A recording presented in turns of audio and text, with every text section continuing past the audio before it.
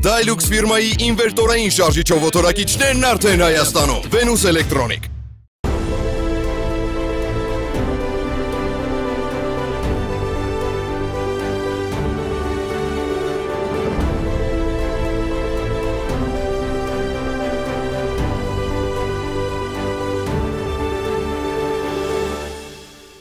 Ես ուզում եմ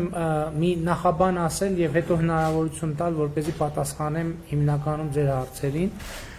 կամ դուք պատմեք ոնց եք կազմակերպում նախընտրական աշխատանքները, ինչ ունեք, ինչ ասելիք ունեք։ Ես ուզում եմ ձեզ շնորհակալություն հայտնել այս դաժան ժամանակահատվածում կանգուն մնալու համար, որովհետեւ դա ես պատկերացնում եմ, թե ձեզնից յուրաքանչյուրը ինչ փորձությունների միջով անցել։ Ընդ որում շատ դաժան այդ փորձությունը ձեզ համար, որովհետև շատ դեպքերում դուք ըստ էության որոշումների կայացման հետ ոչ մի կապ չունեք, բայց շատ հաճախ շատ ուղիղ քննադատության եք ենթարկվել իմ փոխարեն, մեր փոխարեն, եւ ես ուզում եմ շնորհակալություն հայտնեմ ձեզ, որ կանգուն եք մնացել, հաստատակամ եք մնացել, բայց ուզում եմ հավատալ նաև, որ դրա պատճառը նաև այն է, որ ներքին շատ պինդ համոզմունք եք ունեցել, որ այն մեղադրանքները, որոնք մեզ ուղղվում են, դրանք իրականության հետ որևէ կապ չունեն։ Դա իսկապես մեզ դաժան ճակատագիր է բաժին հասել, շատ դաժան ճակատագիր է բաժին հասել, եւ ես մեկ-մեկ ուզում եմ հասկանալ, թե ինչու պետք է այս ամեն ինչը տեղի ունենար մեզ հետ, ինչու այս ամեն ինչը պետք է տեղի ունենար ինձ հետ, եւ չեմ հասկանում, մենակ դավ եթե սենց բան արեց ինձ, ես մեկ-մեկ անկեղծության բան եմ անում, overdose եմ անում, երևի դա այդքան էլ լավ չի, բայց երբ որ խոսքը հասունացնում է, բերում է, ես ի վերջո այս ամեն ինչի միջով անցնելով մենք եկել ենք, հասել ենք կարգախոսի, եւ այդ կարգախոսով ենք հանդես գալիս, որը տես դիզայնով մի քիչ փոխվեց, բայց հնչում է իմաստն է, որ ապագա կա։ Եվ ես մեկ-մեկ մտածում եմ, որ եթե հանուն այդ ապագայի այս ամենածանր տառապանքը եւ ամենածանր փորձությունը եւ ամենադաժան ճակատագիրը մեզ պետք է բաժին հասնի, բայց հանուն այդ ապագայի, ուրեմն դա այն առաքելությունն է, որի միջով մենք պատրաստ ենք եւ պարտավոր ենք անցնել, որովհետեւ ես հույս ունեմ, որ այն չարչարանքները եւ անհատական, եւ քաղաքական, եւ թիմային մակարդակով, որ մենք անցնում ենք, ի վերջո այդ չարչարանքները հանուն այդ ապագայի են եւ այդ ապագան իսկապես կա, այսինքն այդտեղ ոչ մի կասկած չկա, ուղղակի հարցն է, որ այդ ապագայի վրա մենք պետք է աշխատենք։ Մենք մեր գաղափարախոսության հիմքում միշտ դա է եղել է, մենք ընդդիմադիր կուսակցություն ենք եղել, եւ երբ որ քաղաքացիական պայմանագիր նախաձեռնության տեքստը հրապարակվել է, այնտեղ առանցքային դրույթ եղել է անհատական ջանքը, անհատի վերաբերմունքը միջավայրին, ճակատագրին։ Ապագա կա, այդ ապագան ուղղակի այդ կարգախոսը եղել է Հայաստանի ապագան կախված է մեկ մարդուց եւ այդ մեկ մարդը դու ես։ Այդ էլ է եղել եւ ես հույս ունեմ, որ մենք այս ամեն ինչի միջով անցնում ենք, այս տառապանքները կրում ենք այդ ապագան ապահովելու եւ երաշխավորելու համար։ Որովհետեւ ես չգիտեմ, ես մեկ-մեկ մտածում եմ, ասում եմ, այս պայթյունը պիտի լիներ, ինչ որ մի ժամանակ պիտի լիներ եւ ես չգիտեմ, սա պատիժ է, թե օրհնություն է, որ օրհնություն են առումով, որ այդ տառապանքը այնուամենայնիվ բերի ինչ որ մի կարևոր արդյունքի, որ դա մեզ է բաժին հասել։ Չպիտի մենք թաքցնենք, մենք շատ դժվար է եղել, ոչ մեկ չի կարող ասել, որ իր համար այս ընթացքում ավելի դժվար է եղել, քան մեր համար է դժվար է եղել։ Մեկ-մեկ երբ որ զոհվածների եւ անհետ կորածների հարազատների հետ հանդիպում են, մեկ-մեկ բորբոքվում են, ասում են, դուք ինչ գիտեք, դուք ընդհանրապես ինչ բան ունեք, տենց ինչ որ ձևակերպում են անում, ասում են, դուք ինչ եք, դուք մեր ցավը չեք զգա, Ես մեկ-մեկ տենց լուր խոնար բան եմ անում, տանում եմ, բայց մի անգամ ինձ թույլ տվեցի, ասացի, գիտեք, ասացի, որ տենց շատ թեժ խոսակցություն գնաց, ասացի, բայց ինչ գիտեք, օրինակ, ինչ գիտեք։ Ասացի, կներեք 1000 անգամ ներողություն եմ խնդրում։ Ձեր տառապանքը, ձեր ցավը մի հոգու համար է։ Իմ տառապանքը 4000 հոգու համար է։ Եվ դրա մեջ բացարձակապես չափազանցություն չկա, որովհետև ամեն ընտանիք կորցրել է մի որդի, ընտանիքներ կան, որ 2 որդի է կորցրել, բայց այս ընթացքում ես ապրել եմ եւ շարունակում եմ ապրել այն զգացողությամբ, որ ես 4000 որդի եմ կորցրել։ Ու դրա մեջ բացարձակ չափազանցություն չկա եւ վկա է Աստված, որ իմ որդին ես ոչ մի բան չեմ ձեռնարկել, որպեսզի այդ Ջեբրայելի այդ հատվածներում, որը ըստ էության դառել է ցավոք սրտի ամենածանր տեղը եւ զոհերի մեր մեծ մասը, հիմնակ մեծ մասը մենք այդտեղ ենք ունեցել։ Եվ վկա է Աստված, որ ես ոչ մի բան որևէ այլ զինվորի այլ կերպ չեմ վերաբերվել, քան իմ որդուն։ Ես ձեզ մի բան ասեմ, ընդհանրապես աբսուրդ բան ասեմ։ Այս վերջերս անհետ կորածների հարազատների հետ տենց նեղ կազմով բան էին անում, հանդիպում ենք, ես ասցի, մեկ էլ մեկը ասեց, իսկ որտեղ ա եղեք քո որդին։ Ասցի մի բան ասեմ, կհավատաս, չգիտեմ որտեղ ա եղել։ Ասեց ոնց չգիտեմ, ոնց դու քո զավակի ճակատագրով չես հետաքրքրվել։ Ասցի չէ։ Ասցի մեծ հաշվով չեմ հետաքրքրվել, ասեց ոնց։ Ասցի որովհետև եթե առանց ես ուրիշ անուն ազգանունով զինվոր չի եղել։ Որ ես զանգեմ ասենք, ես ինչ անը, որտեղ է, ինչ պայմաններում է ծառայում, ինչ է։ Ոչ մեկը չի եղել, եթե իմ որդով այդպես հետաքրքրվեի այդ տրամաբանության մեջ, կստացվեր, որ ես իրան մյուսներից տարբերակում եմ։ Եվ այդ առիթ հանդիսացավ, բանին Աշոտին գրեցի ասցի, որտեղ ես եղել դու, սկսեցի մանրամասներ նկար, եւ այդ ժամանակա, որ ես իմացել եմ, թե ինքը որտեղ ա եղել, ինչ պայմաններում ա եղել եւ այլն, այս մարդիկ ասում են, դու ծնող ես, թե ծնող չես։ Ասում են, ես ծնող եմ, բա որ ասում եմ դու մի 2-5 հոգու համար եք տառապում, ես 4000 հոգու, ես դա չեմ չափազանցնում։ Եվ այդ մարդկանց հարցուփորձերով, որ ասում են, նա երրորդ գիծ ա եղել, չգիտեմ որտեղ ա եղել եւ այլն, հետո ինչ որ հրապարակումներ եղավ, այդ մարդկանց հարցուփորձ անելու արդյունքում ես իմացա շատ կարևոր հանգամանքներ, ինչի արդյունքում ես անկեղծ ասեմ շատ հպարտ եմ եւ իմ որդու համար եւ մեր ընտանիքի համար, որ մենք կարծել ենք այդ ձևով լինենք։ Իհարկե այնտեղ ուրիշ մանրամասներ կան, որոնց մասին հիմա ես չեմ կարող խոսել, բայց կարծում եմ դրա ժամանակներ կգա կխոսենք, բայց այն բամբասանքները, որոնք սկսեցին շրջանառվել, են բամբասանքները իրականում օգնեցին, որ մենք ճշմարտությունը ի հայտ բերենք եւ ճշմարտությունը ներկայացնենք։ Այսպես sense մի քիչ տենց բան ստացվեց, սումբուր ստացվեց։ Ես խնդրում եմ, որ հանդիպումը շարունակենք ձեր կողմից տրված հարցերով եւ ես հարցից կօգտվեմ այդ ընթացքում սովորական։ Ես ունեմ մեկ մտահոգություն եւ երկու հարց ձեր մտահոգությունս հարկեվարոշ մեր գերիներին է վերաբերում։ Ես ինքս 54 տարեկան մասնակցել եմ 44 օրվա պատերազմին եւ ոչ միայն ինձ, այլև մեր ամբողջ ազգի մտահոգությունն է դա։ Եվ ճիշտ ասած կխնդրենք չպատասխանեք այդ հարցին։ Հարցից տրամաբանական շարունակությունը մտահոգությունս հարց, որը վերաբերում է լրատվական դաշտին։ Այդ իսկ առումով կխնդրեի չպատասխանել։ Ես չեմ ուզում շատ խորանալ դեպի հեղափոխություն, COVID, բայց բուն պատերազմի ժամանակին ինֆորմացիան, որ լրատվականները, լրատվական դաշտը փորձում էր իր հոնարարի եւ կերպանի համար օգտագործել, իսկ թվում է դա շատ ոչ տեղին էր եւ ոչ արդյունավետ մեր պատերազմի համար։ եւ մեկ հարց եւս շատ կար, ոսկից վերաբերվում է բոլոր մեր գաղութների, մարսային, արկային, ֆինանսական, որոնք առեսօր չեն պատկերացնում, որ պիտի ծառայեն ժողովրդին, պետությանը, այլ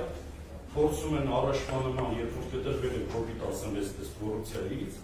առաջվանումի գաղափարախոսությունը տանել առաջ։ Խնդրեի մի փոքր այս հարցերին անդրադառնալ։ Շնորհակալ։ Շատ լավ։ Գերիների հետ կապված հարցին կպատասխանեմ։ Ես ուզում եմ, որ դուք իմանաք, որ գերիների վերադարձի հետ կապված ամենօրյա ջանքեր են գործադրվում, առանց չափազանցության ամենօրյա։ Եվ վստահաբար կարող եմ ասել, որ դա ժամանակի հարց է։ Իհարկե, ամեն օրը եւ իրենց համար, եւ ընտանիքի անդամների համար դա բան է, շատ լուրջ տառապանք է եւ փորձություն է։ Եվ իմ համոզմունքն է, որ դա ժամանակի հարց է, եւ մեծ հաշվով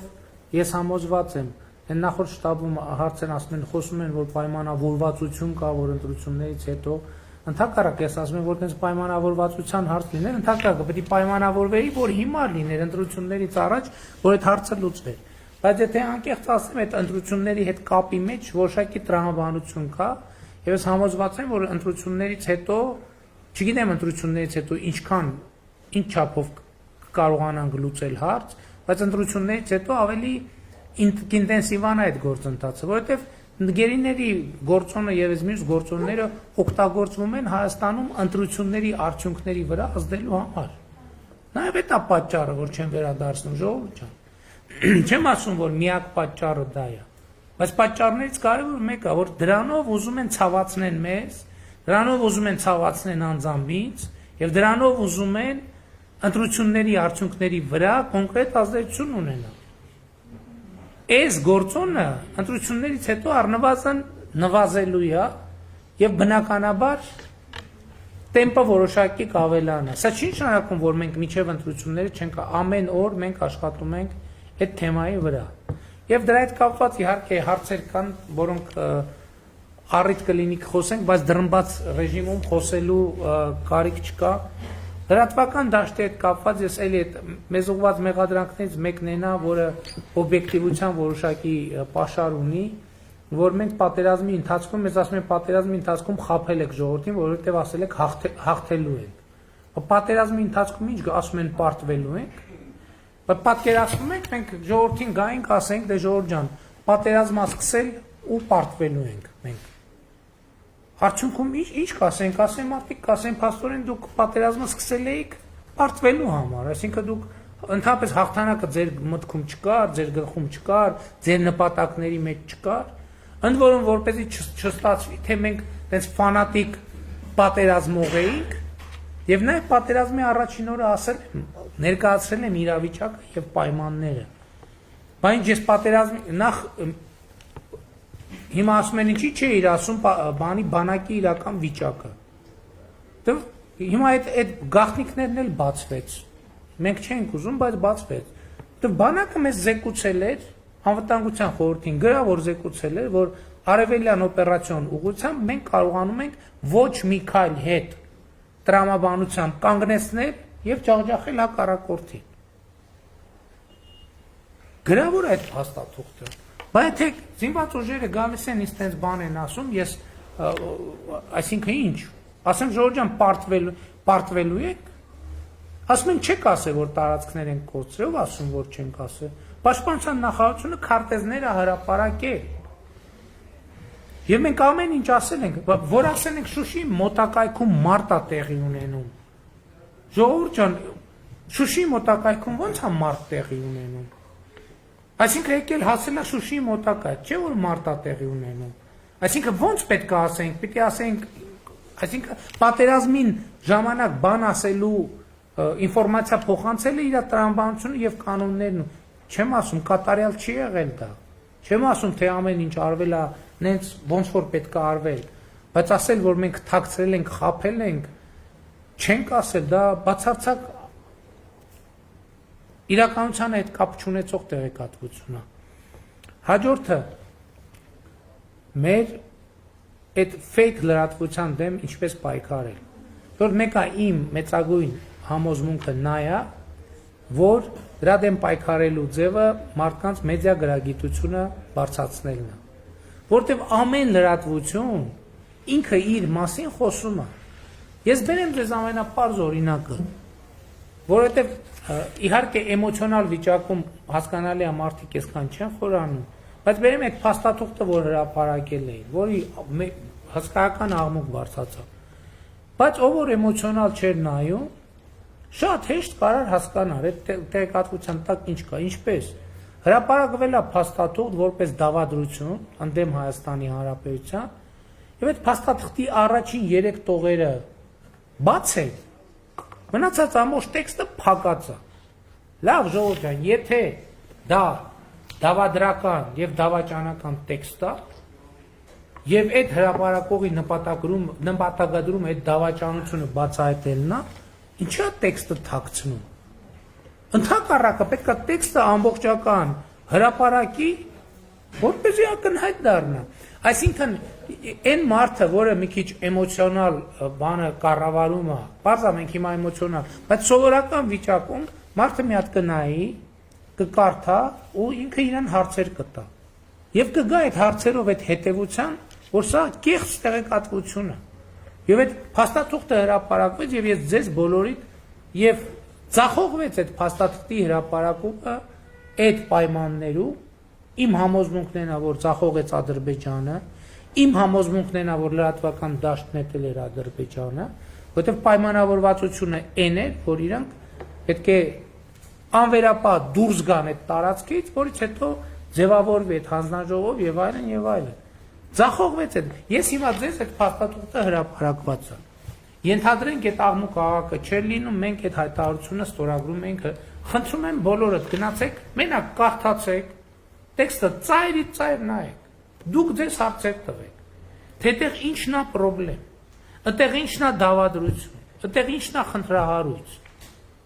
դուք ձեզ հարցեր տվեք եւ գտեք պատասխանները, այդ է ճշմարտությունը ժողովուրդ։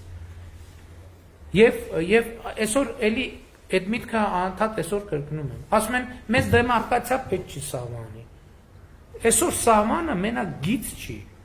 դա միջազգային իրավունքի ճանապարհային նշան է։ Պետական սահմանը այսօր ունի նշանակությունը, ինչ որ միջնադարում ուներ Փարիզը։ Նույնն ասեն մեր ամրոց պետք չի, Փարիզի անհրաժեշտություն չունի։ Սա կներեք անընդունելի մոտեցում, այո, մեզ պետք է դեմարկացիա։ Հետո ասում են,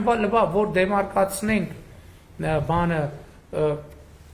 Ադրբեջանն ասում է, թող Հայաստանը ճանաչի մեր տարածքային ամբողջականություն նկատի ունենալով Ղարաբաղը, Ադրբեջանն է կճանաչի Հայաստանի տարածքային ամբողջականությունը։ Դրա պատասխանը տվել են համանախագահները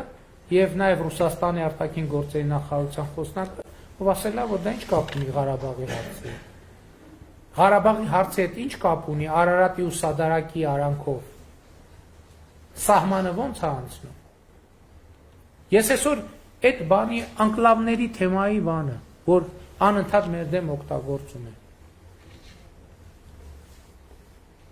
Ես այսօր մի բան եմ ասում եմ, այդ թեման եղել է օրակարգում միշտ եւ Մեղրի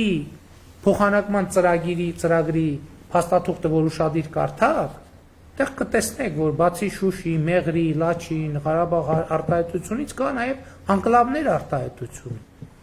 Հիմա ասում են, վայ, տալիս են, ինչ ենք տալիս, ում ենք տալիս։ Մենք ունենք պատկերացում, որ մենք ասում ենք միջազգային պրակտիկա կա, որ եղած տարածքները անկլավային պարիտետային սկզբունքով Արցախը ձեր տիրապետության տակ է, մնում է ձեր տիրապետության տակ, Տիգրանաշենը մեր տիրապետության տակ է, մնում է մեր տիրապետության տակ։ Բանաձև է, որը մենք առաջարկելու ենք։ Այսօր ասում են, այնպիսի տպավորություն են ստեղծում, թե իբր մենք եկել ենք, այս իշխանությունը եկել է դավադրաբար անկլավների թեման բերել է մեջտեղ։ Իրականում ասում եմ, գնացեք նայեք հրապարակված Մեղրի փաստաթուղթը, որով Մեղրին տալիս էին, հա, մեզ դրա մեջ են, չէ՞ մեղադրում։ Կտեսնեք, որ այնտեղ անկլավներ ձևակերպումը տված է։ Եվ երկրորդը, այսօր ես առաջին անգամ ասեցի, այսօր ստիպված էի ասել, որովհետև ասելիս պետքա միջև վերջ ասել։ Հանրապետականները այսօր ասում են, բան, վայ, բանը, Տիգրանաշենը, Քյարքին, բա ոնց կլինի եւ այլն, իբր այս դավադիր իշխանությունը օրակարգ է բերել, իբր տալիս է եւ այլն։ Հիմա ես ձեզ ասում եմ փաստ։ Ինչ ասում եմ, ընդ որում դա ապացուցելի է։ Ես որպես իմ կարծիք կամ մեկնաբանություն, ինչ ասում եմ, ապացուցելի է։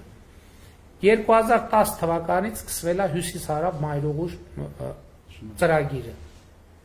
Եվ նախագծվել է մայրուղին, բան, ոչ թե նախագծվել է, ծրագիծն է որոշվել, այդ ճանապարհը ոնց պետք է անցվի։ Դե դա նախագծման փուլեր է։ Եվ ըստ այսօր մեզ մեղադրող կառավարության ներկայացուցիչների գծած նախագծի, գիտեք որ Արտաշատից հետո Հյուսիս-Հարավը ոչ թե գնում է հասնում Երասք, հետո ծռվում դեպի Պարուր Սևակ, այլ մտնում է Վեդիից ուրցաձորով բարձանում եւ դուրս է գալիս բան զանգակատան ներքևը։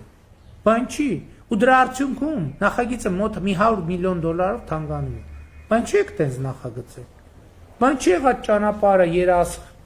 բարձանում է Պարուր Սևակ, Տիգրանաշեն։ Բան ինչի տենց չեք նախագծել։ Ինչ եք նախագիծը տարել է, սարեր չորեր մտցրել, թունելներ, կամուրջներ, մի քանի անգամ թանկացնել այդ կտորը։ Բայց հարցերին իրանց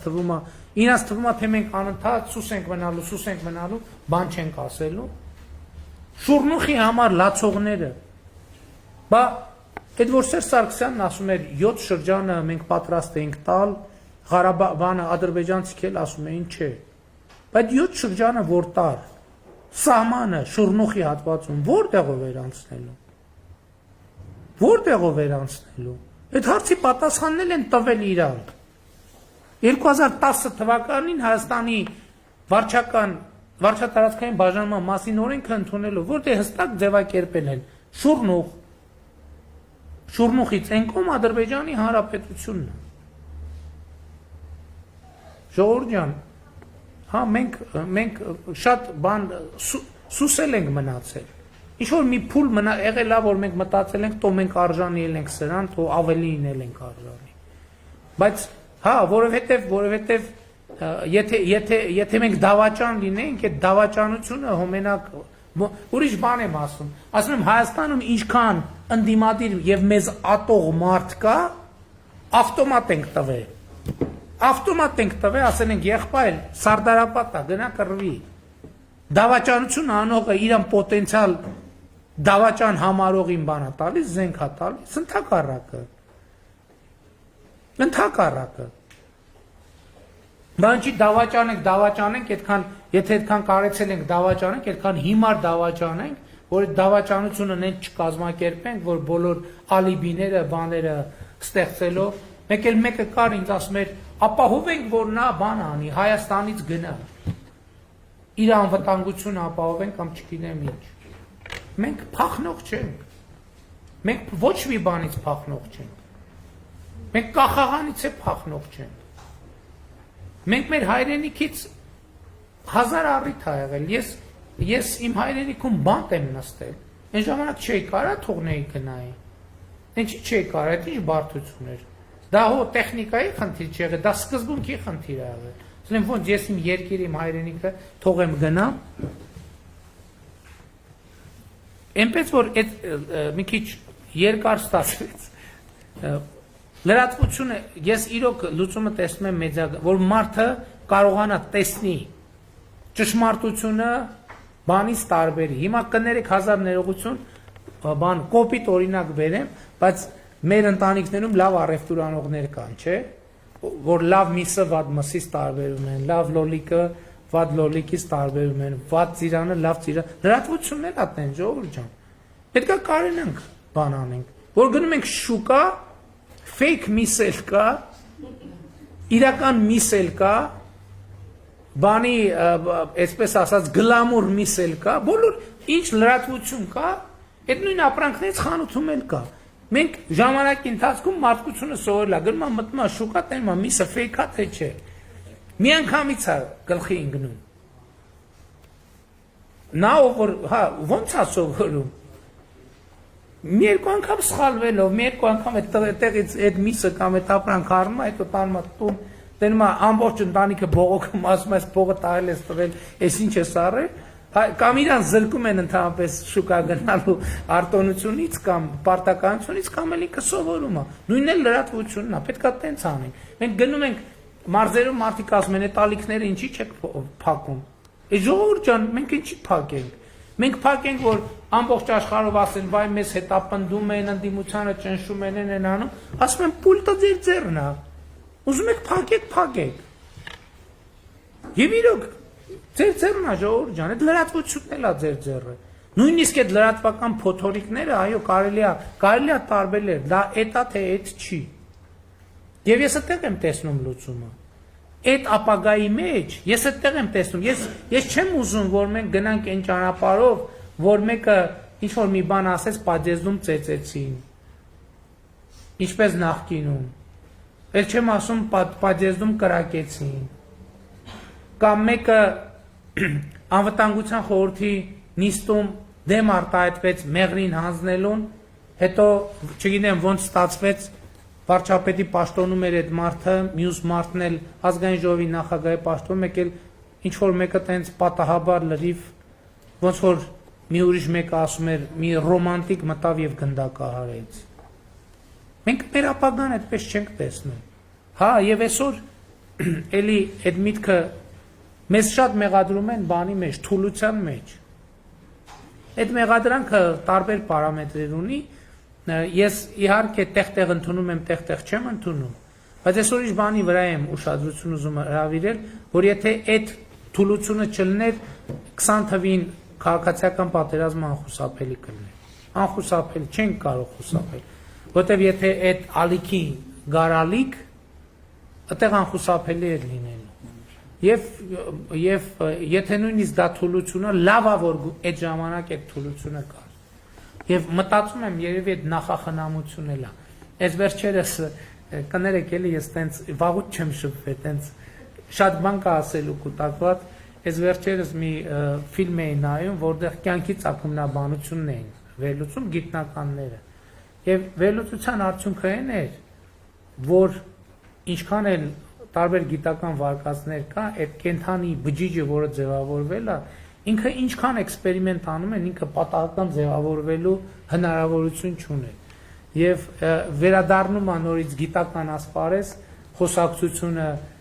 կյանքի ստեղծված լինելու մասին, հեղինակ ունենալու մասին եւ այլն եւ այլն, եւ այդ ինչից հիշեցի, որ ասում եմ կարող է ասել, որ ճակատագրի մասին ասում եք, կարող է իրոք ինչ որ մի բան կա եւ այս բեռը դրված է մեր վրա եւ մենք կարող է նաև նրա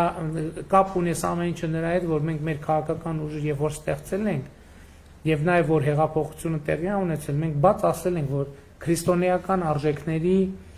վրա է հիմնված մեր գաղափարախոսությունը, իսկ քրիստոնեական արժեքի ամենակարևոր առանձնահատկությունն է, որ մի սուբյեկտը, մի քաղաքական թիմ, մի կուսակցություն, ընդհանուր անհատ իր վրա է վերցնում շատերի բեռը, շատերի տառապանքը, շատերի պարտությունը, շատերի մահը եւ այդպես շարունակ եւ մենք այդ ճակատագրի մեզ համար պատրաստած արահետով հաստատակամ քայլելու ենք, մենք չենք փախնելու այդ պատասխանատվությունը։ Դե հարկային մաքսայիններն էլ դե ինչ ասեմ։ Բայց ես ուրիշ բան ասեմ։ Օրինակ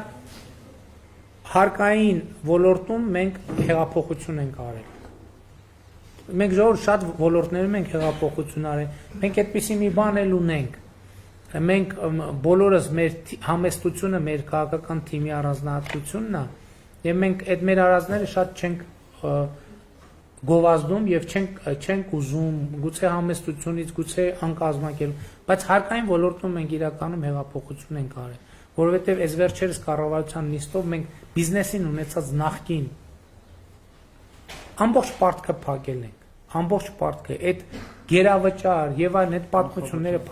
կանխավճար գերավճար, եւ եթե որևէ բիզնես կասի, որ ինքը Երրորդ հանրապետության պատմության մեջ երբևէ ավելի լավ միջավայրում աշխատել, ինքը ուղղակի ճիշտ չի ասում, ճիշտ չի ասում։ Եվ սա է իրականությունը։ Ինձ պարոն Պապիկյանը հուշում է, որ պետքա գնանք, ես հույս ունեմ նկատում եք, որ ես չեմ ուզում